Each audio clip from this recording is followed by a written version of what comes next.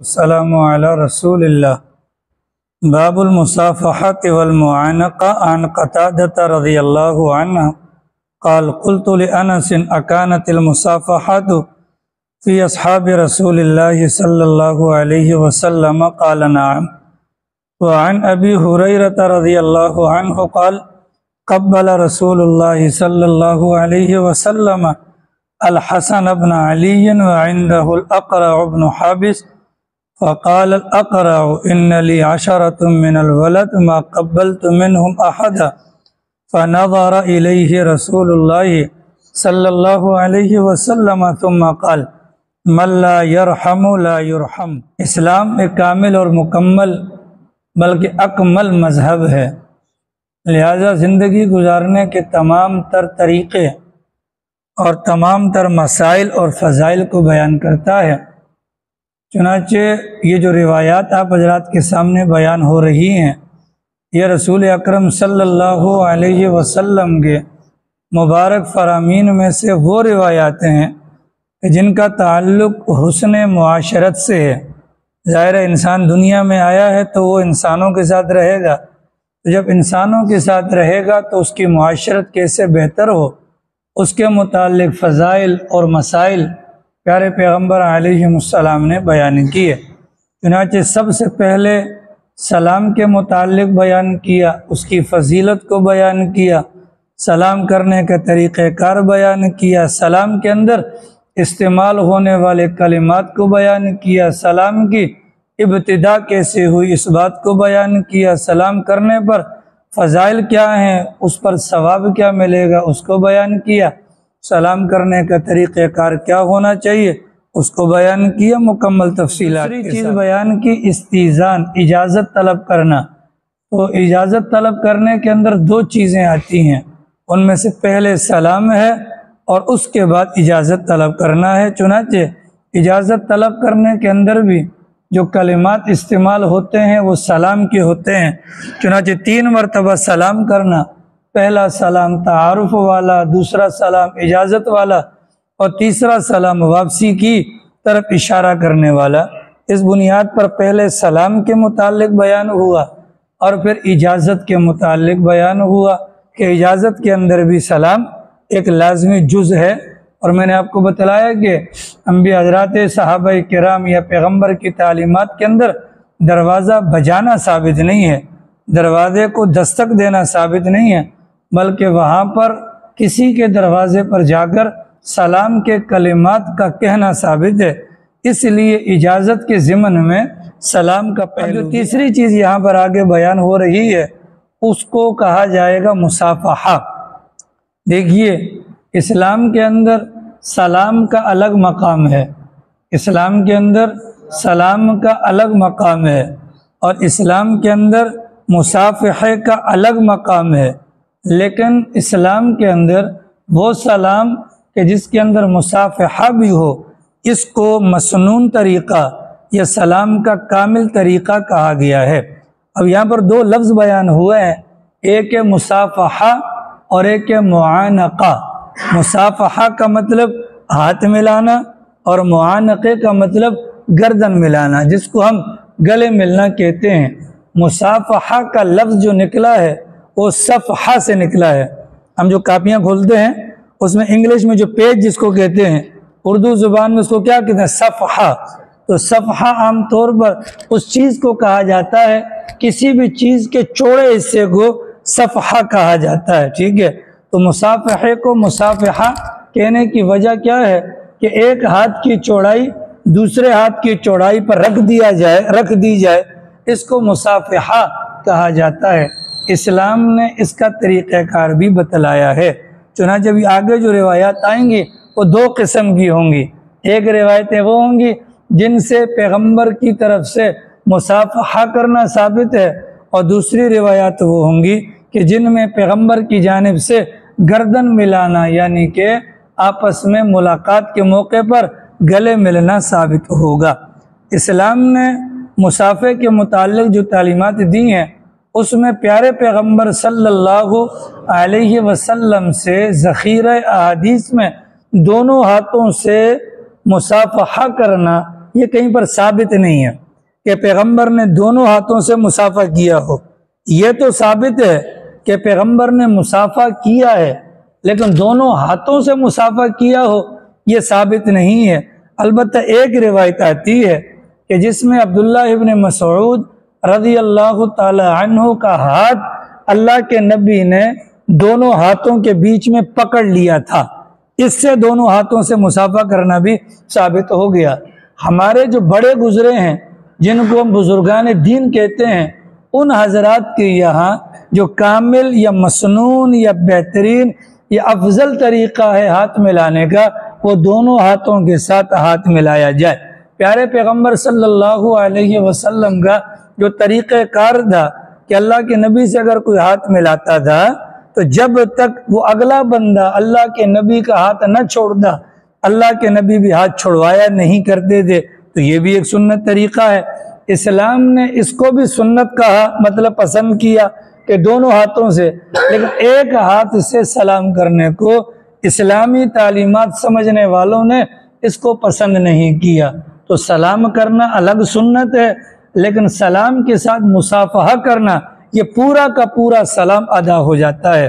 شریعت مطہرہ نے سلام کے متعلق یہ بھی فرمایا کہ عورت کو سلام نہیں کر سکتے، اجنبی عورت کو، اپنی والدہ کو کر سکتے ہیں، اپنی بہن کو، بیٹی کو کر سکتے ہیں، اگر روایت آئے گی، لیکن اجنبی عورت کو نہیں کر سکتے۔ کیوں؟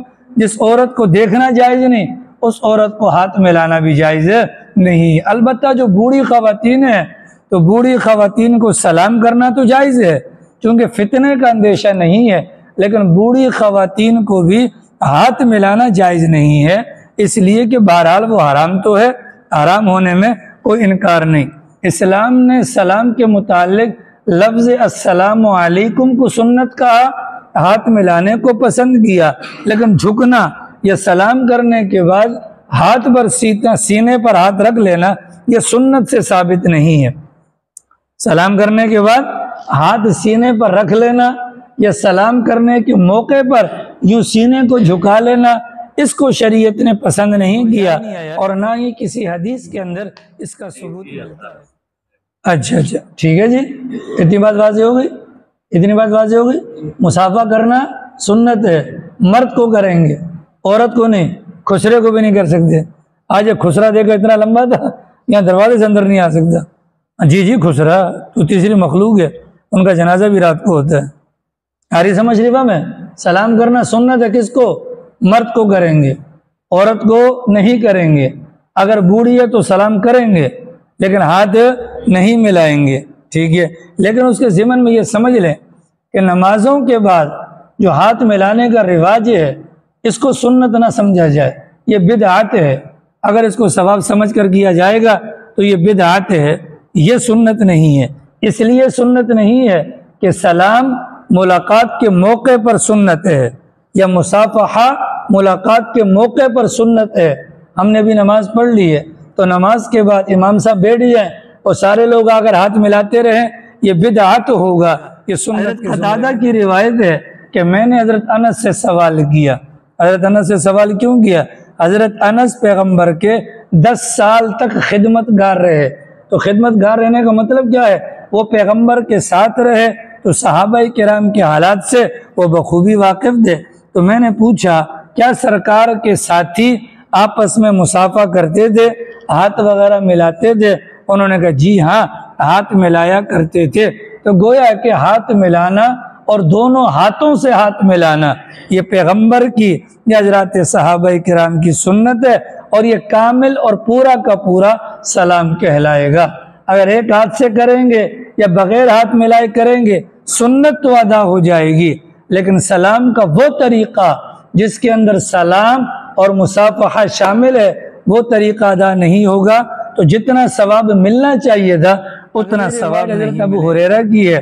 فرماتے ہیں قبل رسول اللہ صلی اللہ علیہ وسلم، اللہ کے نبی علیہ السلام نے بوسہ دیا۔ بوسہ سمجھتے ہیں؟ پپی دی، پیار کیا کس کو؟ حضرت حسن بن علی رضی اللہ تعالی عنہ کو۔ جس موقع پر سرکار اپنے نواسے کو بوسہ دے رہے تھے اسی وقت مجلس کے اندر ایک دیہات سے آئے ہوئے صحابی رسول اقرا ابن الحابس بیٹھے ہوئے تھے، انہوں نے سرکار کو دیکھا کہ بوسہ دیا اپنے بچے کو، نواسے کو، انہوں نے حیرانگی کا اظہار کیا اور کہا کہ سرکار میرے گھر پر میرے 10 بچے ہیں، میرے گھر پر میرے کتنے بچے ہیں؟ 10، آپ کی کتنے ہیں؟ 3 ہے نا، کوشش کرو میں نے جاری رکھو، میرے گھر پر میرے 10 بچے ہیں، لیکن میں نے تو آج تک اپنے بچے کو بوسہ نہیں دیا۔ گویا کہ اس زمانے کے اندر، اس معاشرے کے اندر بچوں کو بوسہ دینا، بچوں کو پیار کرنا یہ معیوب سمجھا جاتا تھا۔ اس بنیاد پر انہوں نے کہا کہ میں نے تو آج تک اپنے کسی بچے کو بوسہ نہیں دیا۔ اللہ کے نبی نے ان کی طرف دیکھا اور فرمایا کہ جو رحم نہیں کرتا اس پر رحم نہیں کیا جاتا۔ کیا مطلب؟ بچوں سے پیار کرنا، بچوں کو چومنا، چاٹنا، یہ اسی صورت میں ممکن ہے جب انسان کے دل کے اندر ان بچوں کی محبت ہوگی۔ اگر محبت نہیں ہوگی تو انسان اپنے بچوں کو لاڈ پیار نہیں کرے گا۔ آج کل جدید دور ہے، آپ نے دیکھا ہوگا آئے روز واقعات سننے کو ملتے ہیں، ماں نے بیٹی کو قتل کر دیا، باپ نے اپنی اولاد کو قتل کر دیا۔ یہ جو واقعات ہو رہے ہیں یہ اس بات کی علامت ہے کہ دل کے اندر محبت موجود نہیں ہے۔ لہذا جب دل کے اندر محبت ہوگی انسان کا من کرے گا، انسان کا دل چاہے گا کہ وہ اپنی اولاد سے محبت کرے۔ سرکار منبر پر بیٹھے ہوئے بیان فرما رہے تھے اور بار بار یوں آگے پیچھے دیکھ رہے تھے۔ چنانچہ اتنے میں اللہ کے نبی نے بیان چھوڑا اور منبر سے اٹھ کر گئے، حضرت حسن کو اٹھایا، گود میں بٹھا گیا اور لا کر منبر پر تشریف فرما ہو گئے۔ اور پھر اللہ کے نبی نے فرمایا یہ اولاد جو ہے نا یہ بڑی آزمائش کی چیز ہے، میری نظروں کے سامنے ہی آیا تو گرتے پڑتے تو مجھ سے صبر نہ ہوا کہ میں بیان جاری رکھ سکوں، لہٰذا میں گیا اور اس کو اٹھا کر لایا تو تب مجھے ذہنی طور پر سکون آیا۔ تو یہ اولاد سے محبت کرنا یہ بھی پیغمبر کا طریقہ ہے۔ چنانچہ حضرت ڈاکٹر عبدالحی عارفی صاحب رحمہ اللہ فرمایا کرتے تھے کہ دین اسلام اتنا آسان ہے کہ انسان تھوڑا سا اگر سوچ لے تو اس کا سارا کام وہ دین کے مطابق بن جاتا ہے۔ حضرت ڈاکٹر صاحب نے فرمایا ہر بندہ اپنے گھر پر جاتا ہے، اپنے بچے کو پیار کرتا ہے، تو پیار کیوں کرتا ہے کہ اس کے دل میں محبت ہے۔ وہ محبت کے جذبے کے پیش نظر اپنے بچے کو اٹھائے گا، پیار کرے گا، کندھے پہ بٹھائے گا، اس کو چیز دلائے گا۔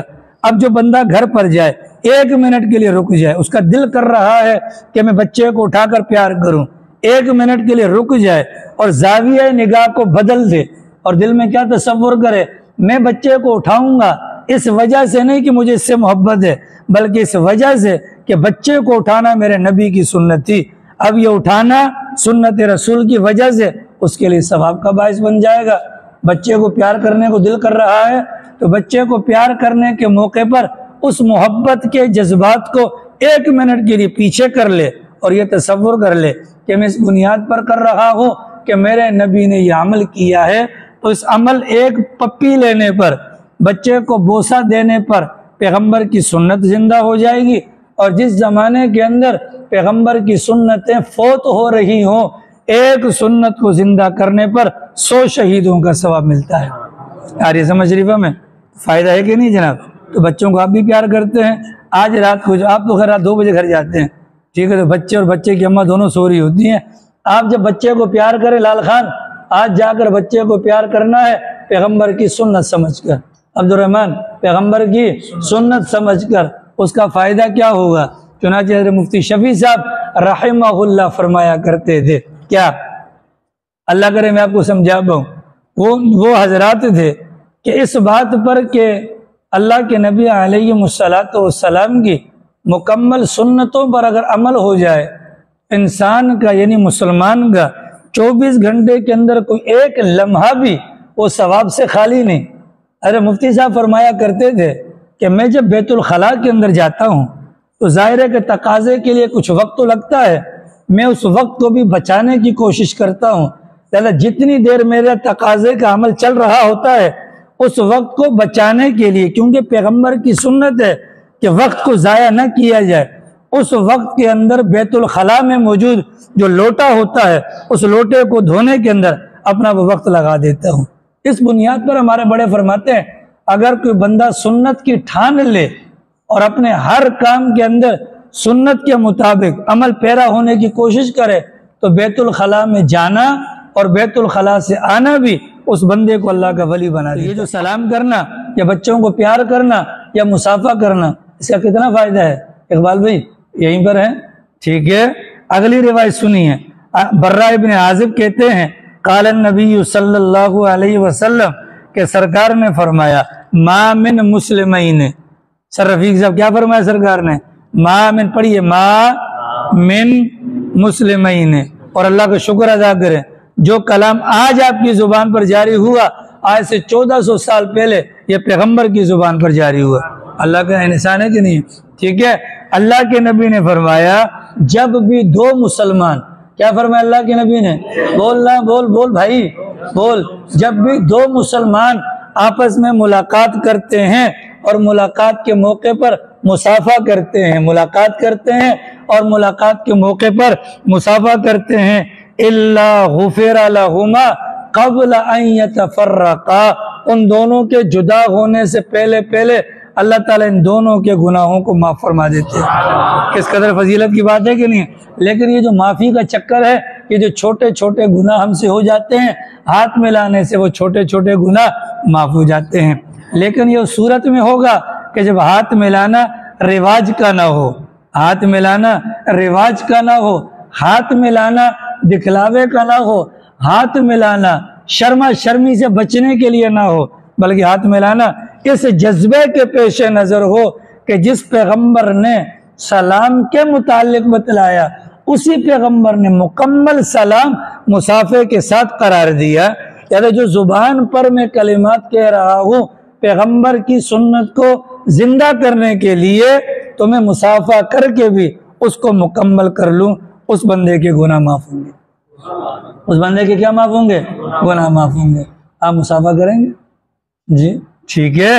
الا غفر لہما، اللہ گناہوں کو معاف کر دیتا ہے۔ اب اس سے مراد کون سے گناہ ہیں؟ چھوٹے گناہ ہیں، ٹھیک ہے۔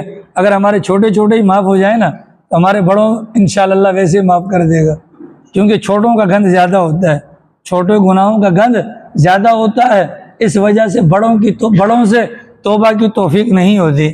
اب آپ ماشاءاللہ سر رفیق صاحب ہیں، 200 بچے اللہ کے فضل سے ان کے اسکول کے اندر ہیں، اگر یہ کل سے اگر اعلان کر دیں کہ ہر بچہ دفتر میں آئے گا اور مجھے سلام بھی کرے گا اور مصافحہ بھی کرے گا، ٹھیک ہے، تو 200 بچے اگر وہ آ کر مصافحہ آتے ہوئے اور جاتے ہوئے کرتے ہیں، اتنے چھوٹے گناہ بولیے کوشش کرنے کی بات ہے۔ اگر آپ اس طریقے سے کر جائیں، حضرت امام ابو حنیفہ سب کہہ دو رحمہ اللہ، اللہ نے ان کو ان کے اعمال کی بنیاد پر وہ مقام دیا تھا کہ جب کوئی بندہ وضو ان کے سامنے کرتا تھا نا، ہاتھ دھوتا تھا تو جو پانی نیچے گرتا تھا اس پانی کے ذریعے سے جو گناہ دھلتے تھے حضرت والا کو نظر آ جاتے تھے، حضرت کو نظر آ جاتے تھے کہ ہاتھ کے اندر کون سے گناہ تھے وہ دھل گئے، چہرے کے گناہ دھل گئے، ٹھیک ہے۔ ایک موقع پر حضرت والا راستے سے گزر رہے تھے، اندر غسل خانے میں کوئی بندہ نہا رہا تھا اور پانی باہر نالی میں بہہ رہا تھا۔ حضرت والا نے اس موقع پر اپنے ساتھ چلنے والے شاگرد سے کہا یہ جو بندہ نہا رہا ہے اس کا پانی بتلا رہا ہے یہ اپنی والدہ کا گستاخ ہے، ٹھیک ہے۔ وہ گناہ جو تھا وہ جھڑ رہا تھا، اس کا پتہ چل رہا تھا۔ اب جب بار بار یہ کیفیت ہو رہی تھی حضرت امام صاحب نے دعا کی ہے اللہ یہ جو تو نے مجھے دولت دی ہے اس دولت کی بنیاد پر لوگوں کے عیوب میرے سامنے ظاہر ہو رہے ہیں، اس دولت کو اب ہم سے واپس لے لیجئے۔ اللہ تعالیٰ نے یہ دولت واپس لے لی۔ تو بہرحال یہ جو فرمایا گیا کہ گناہ جھڑتے ہیں تو گناہ حقیقت ہے، گناہ جھڑتے ہیں۔ ہم اگر ایمان اور یقین کے ساتھ ہاتھ ملائیں گے جھڑ جائیں گے۔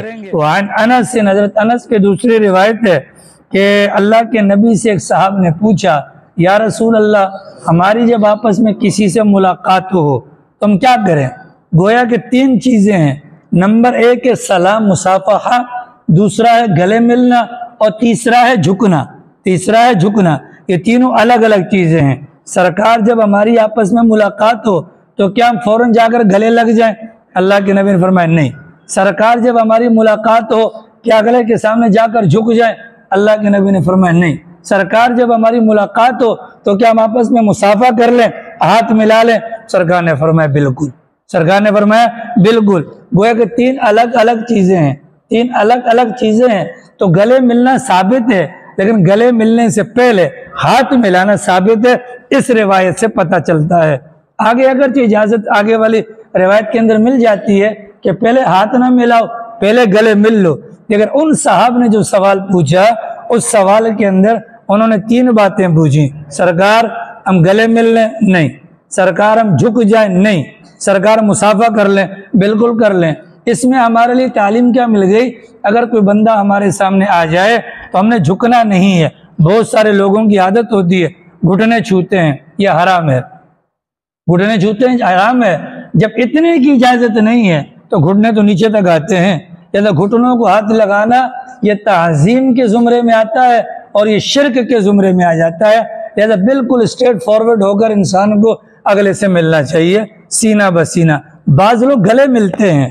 اب ایک مثال کے طور پر کوئی بڑا آدمی آتا ہے اور ہم چھوٹے درجے کے، ہم اسے گلے ملتے ہیں تو جھک جاتے ہیں. بھائی عربی زبان کے اندر گلے ملنے کو معانقہ کہتے ہیں. گردن سے گردن ملے گی تو معانقہ ہوگا. ٹھیک ہے. اگر ہم نیچے جھک گئے اور وہ بھی نیچے جھک گیا تو نیچے ہمارا پیٹ ہے، ادھر اس کا پیٹ ہے. پیٹ کو عربی میں کہتے ہیں بطن. تو پیٹ سے ملے گا تو یہ مباتنہ ہو جائے گا، یہ معانقہ نہیں ہوگا. سنت طریقہ کیا ہے؟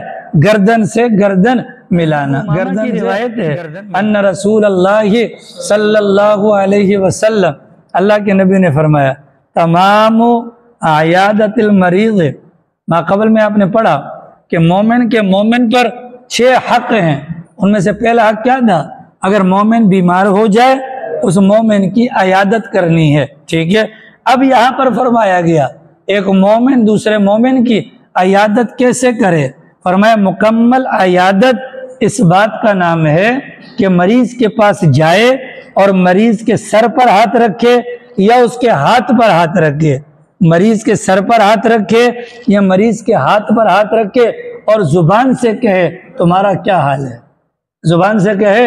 اگر ویسے ہی دور دور کھڑے ہو کر جیسے کرونا کے زمانے میں تھا، کرونا کے زمانے میں ہاتھ لگانا سے کرتے تھے نا، ٹھیک ہے، تو دور دور سے کہنا وہ عیادت مکمل نہیں ہوگی.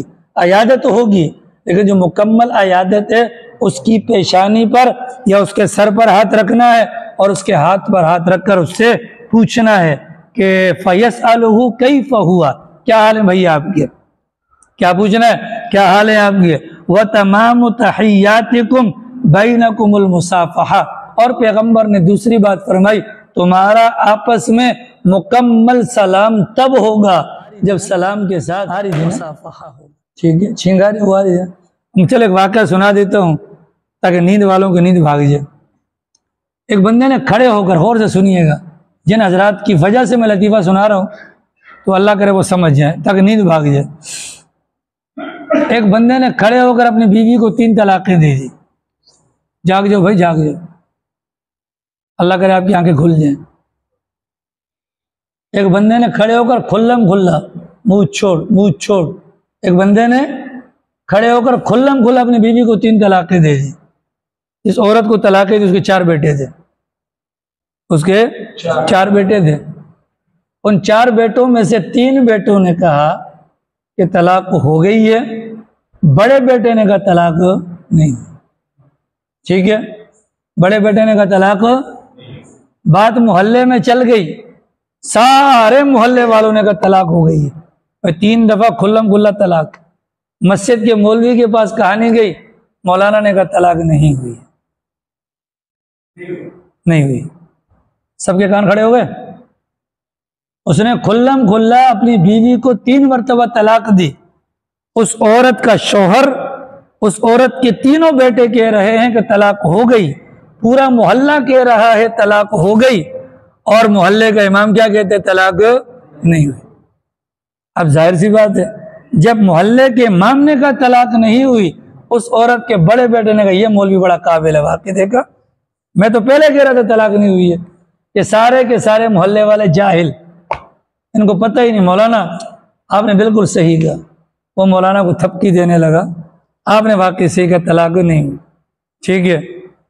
پڑوسی محلے والے امام صاحب کو پتہ چلا، اس نے بھی کہا طلاق ہو گئی، پورے شہر والوں کو پتہ چلا طلاق ہو گئی، لیکن یہ مولوی اپنی جگہ پر ڈٹا ہوا ہے کہ طلاق نہیں ہوئی، ٹھیک ہے نا۔ اب جب باہر سے پورا کا پورا مجمع، بڑے بڑے مدارس، فتاوی آ گئے طلاق ہو گئی، اور مولوی کی وہی بات ہے طلاق نہیں ہوئی۔ مولانا نے کہا کہ میں ثابت کروں گا طلاق نہیں ہوئی، آپ ذرا ایک پنچایت بٹھائیں۔ مقررہ وقت پر پنچایت بیٹھی، سارے کے سارے خون آگ بگولا، مولانا کی جو شامت ہے، اس پورے مجمع کے ہزاروں لوگوں میں سے مولانا کا حامی صرف اس عورت کا بڑا بیٹا تھا، جو کہہ رہا تھا کہ مولانا صحیح کہہ رہے ہیں۔ مولانا کو موقف اپنا بیان کرنے کے لیے ان کو بلوایا گیا، جی مولانا آپ نے کہا طلاق نہیں ہوئی، کہا بالکل میں اب بھی کہتا ہوں طلاق نہیں ہوئی۔ مولانا وضاحت تو دیں۔ مولانا نے کہا کہ دیکھیں جی، اس مسجد کے اندر امامت کرتے ہوئے مجھے 40 سال ہو گئے ہیں۔ کتنے سال ہو گئے ہیں؟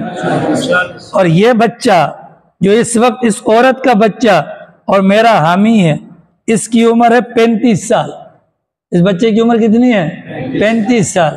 آپ لوگوں میں سے وہ بندے کھڑے ہو جائیں کہ جو مجھے 40 سال سے جانتے ہیں، تو بوڑھے بوڑھے بندے سارے کھڑے ہو گئے، ان کو آگے بلایا گیا اور سب سے کہا کہ آپ لوگ تھوڑا دماغ پر زور ڈالیں، یہ بچہ جس کی ماں کو اس کے باپ نے طلاق دی ہے، اس کی ماں کا نکاح ہوا تھا؟ سب کے کان کھڑے ہو گئے نا، ٹھیک ہے۔ اس مولانا نے کہا کہ آپ سارے بوڑھے دماغ پر توجہ ڈالو، آج سے 34 سال پہلے کی کہانی ہے۔ اس کا باپ اس عورت کو بھگا کر لے کر آیا تھا۔ جب لے کر آیا تھا تو اس موقع پر محلے والوں نے کہا بھی تھا کہ اس کا نکاح پڑھوا لو، لیکن کیا کہا، حالات خراب ہیں، تھوڑے حالات سازگار ہو جائیں، ان کا نکاح پڑھوا لیں گے۔ اس نکاح کو پڑھوایا نہیں گیا، پہلا بچہ ہو گیا یہ والا، مزید تاخیر ہوئی، دوسرا بچہ، تیسرا بچہ، چوتھا بچہ، 4 بچے ہو گئے۔ آج 40 سال گزر چکے ہیں، ان کا نکاح نہیں ہوا۔ جب نکاح نہیں ہوا تو طلاق کہاں سے واقع ہوئی؟ ٹھیک ہے۔ اب پورا محلہ مولانا کے ساتھ تھا اور وہ بچہ مولانا کے خلاف تھا۔ وہ بچہ مولانا کے کیوں خلاف تھا؟ اس لیے کہ تھوڑی دیر پہلے جو مولانا کا حامی تھا، اب اس نے سمجھ لیا کہ اب تو میں حلالی نطفے کی پیداوار نہیں ہوں، لہذا اس کو اپنے بارے میں کیا ہو گیا؟ شک ہو گیا۔ شک ہوا کہ نہیں ہوا؟ لطیفہ سمجھنا ہے تو باریکی سے سمجھنا پڑے گا، وہ بھی جاگ کر۔ وعن عائشہ رضی اللہ عنہا، اما کی روایت ہے، زید ابن حارثہ سفر سے واپس آئے۔ زید ابن حارثہ، آپ جانتے ہیں کہ زید ابن حارثہ کو پیغمبر نے اپنا منہ بولا بیٹا بنایا ہوا تھا، اور اللہ کے نبی بڑی محبت کرتے تھے۔ اگر گھر کے اندر زید ابن حارثہ کا اگر تھوک گر جاتا تھا، اما عائشہ صدیقہ صاف کرنے کو جاتی، اللہ کے نبی ان کو منع کر دے، خود جا کر صاف کیا کرتے تھے۔ یہ محبت تھی۔ چنانچہ وہ سفر پر گئے ہوئے تھے تو گرمی کے موسم میں اللہ کے نبی علیہ السلام گھر پر تھے، قمیض مبارک اتاری ہوئی تھی اور چادر لے کر بیٹھے ہوئے تھے۔ اتنے میں اللہ کے نبی کو زید بن حارثہ سے اتنی محبت تھی کہ جو ہی زید بن حارثہ دروازے پر آئے تو دروازے پر آنے کی دیر تھی، پیغمبر کو ان کی آہٹ محسوس ہوئی یا ان کی کھٹکھٹاہٹ محسوس ہوئی، وہ فوراً سرکار ان کے پاس گئے اور ان کو پکڑ لیا اور سینے سے چمٹا لیا۔ جب سینے سے چمٹایا تو چمٹانے کے بعد ان کا بوسہ لیا۔ ان کا اس سے یہ پتہ چلا کہ خالی چھوٹے بچے کو نہیں بلکہ بڑے آدمی کو اگر بوسہ دے، ہاتھوں کو بوسہ دے، پیشانی کو بوسہ دے، اس کی بھی اجازت ہے، لیکن کب؟ جب کہ دنیاوی غرض سے نہ ہو۔ ابا کو انسان بوسہ دے گا دنیاوی غرض سے تو نہیں دے گا، اپنے استاد کو، امام کو، مشائخ کو اگر بوسہ دے گا دنیاوی غرض سے ہوگا تو پھر یہ کیا ہو جائے گا؟ حرام ہو جائے گا۔ یہ کیا ہو جائے گا؟ حرام ہو جائے گا۔ تو یہ مختلف قسم کی روایات ہیں، ان روایات سے اس بات کا پتہ چلتا ہے کہ سلام مکمل تب ہوگا جب سلام کے ساتھ مصافحہ بھی ہوگا، ٹھیک ہے؟ تو گویا کہ سلام کرنا بھی جائز ہے، گلے ملنا بھی جائز ہے، اور پپی لینا بھی جائز ہے، بوسہ دینا بھی اور بوسہ لینا بھی جائز ہے۔ البتہ بوسے کے بارے میں اگر دنیاوی غرض ہو، مثال کے طور پر یہاں لیاری کے اندر بہت سارے لوگ ہیں جو ماشاءاللہ بہت سارے کام کرتے ہیں، جیسے آج ہماری بجلی نہیں ہے، ٹھیک ہے، تو یہ بجلی کا کام کرے گا، ہم اس کے بعد ہاتھ چومیں گے تو یہ دنیاوی غرض ہوگی، یہ کیا ہوگی؟ تو یہ حرام ہے۔ لیکن اگر دینی نسبت پر اگر ہم کسی کے ہاتھ چومتے ہیں تو ہاتھ چومنے کی اجازت ہے، ہاتھ چومنے کی اجازت ہے۔ ان روایات کے اندر اس بات کو بیان کیا۔ ایک اعلان سن لیں، مولانا شاہ فیصل صاحب شہید رحمۃ اللہ علیہ ہمارے علاقے کے اندر ایک عالم دین تھے، شاید پرانے حضرات جانتے ہوں۔ ان کے صاحبزادے ہیں جنید صفدر، فرید صفدر اور سعید صفدر۔ ان تینوں نے ایک پروگرام رکھا ہے بزم فیصل کے نام سے، اور اس بزم فیصل کے پروگرام کے اندر مختلف مدارس کے طلباء کو بلا کر ان کو تقریر سکھانے کا ایک عمل انہوں نے شروع کیا۔ 35 کے اندر ابراہیم خلیل اللہ مسجد کے اندر ہر جمعرات کو وہ کورس مکمل ہو گیا ہے۔ اب ان لوگوں نے یہ جو جمعرات آنے والی ہے 27 اکتوبر کی، اس میں وہ تمام طلباء جو یہاں پر آئے تھے جنہوں نے تقریر سیکھی ہے ان کا آپس میں تقریری مقابلہ بھی ہوگا، اور سیرت النبی صلی اللہ علیہ وسلم کے عنوان پر بڑے علماء کرام آئیں گے اور وہ بیانات بھی فرمائیں گے۔ تو جمعرات 27 اکتوبر عصر کی نماز سے لے کر رات 12 بجے تک ابراہیم خلیل اللہ مسجد کے اندر یہ پروگرام ہوگا۔ آپ تمام احباب سے گزارش ہے اس پروگرام کے اندر اپنی شرکت کو یقینی بنائیں۔ اس پروگرام کے اندر شرکت کا فائدہ کہ جو ہونہار طلباء ہیں ان کی صلاحیت کو انسان دیکھتا ہے، اپنے دل کے اندر بھی پیدا ہوتا ہے کہ میں بھی اپنی اولاد کو اس نیک راستے پر لگا دوں۔ تو 27 اکتوبر بروز جمعرات بعد نماز عصر تا رات 12 بجے تک سیکٹر 35 ابراہیم خلیل اللہ مسجد کے اندر سیرت النبی کانفرنس ہوگی، ٹھیک ہے انشاءاللہ۔ تیسرا اعلان یہ سماعت فرما لیں کہ رائے گنج کا اجتماع بالکل قریب ہے، ممکنہ طور پر 7 تاریخ کو یا 8 تاریخ کو یہاں سے گاڑیاں روانہ ہوں گی۔ اب یہاں پر جو علاقے کے اندر جو کام کرنے والے جو ساتھیوں کو لے کر جاتے ہیں، آج ان خوش نصیبوں میں سے ایک بھی درس کے اندر نہیں آیا۔ حسین بھائی ہیں، عمران بھائی ہیں، یا وہ آگے عبدالرحمن بھائی ہیں، ان لوگوں سے رابطہ کر لیا جائے اور ابھی سے اپنے ٹکٹوں وغیرہ کی بکنگ کروا لی جائے اور کچھ نہ کچھ زیادہ وغیرہ جمع کروا لیا جائے۔ اللہ پاک توفیق عمل نصیب فرمائے، باقی انشاءاللہ کل گئیں گے۔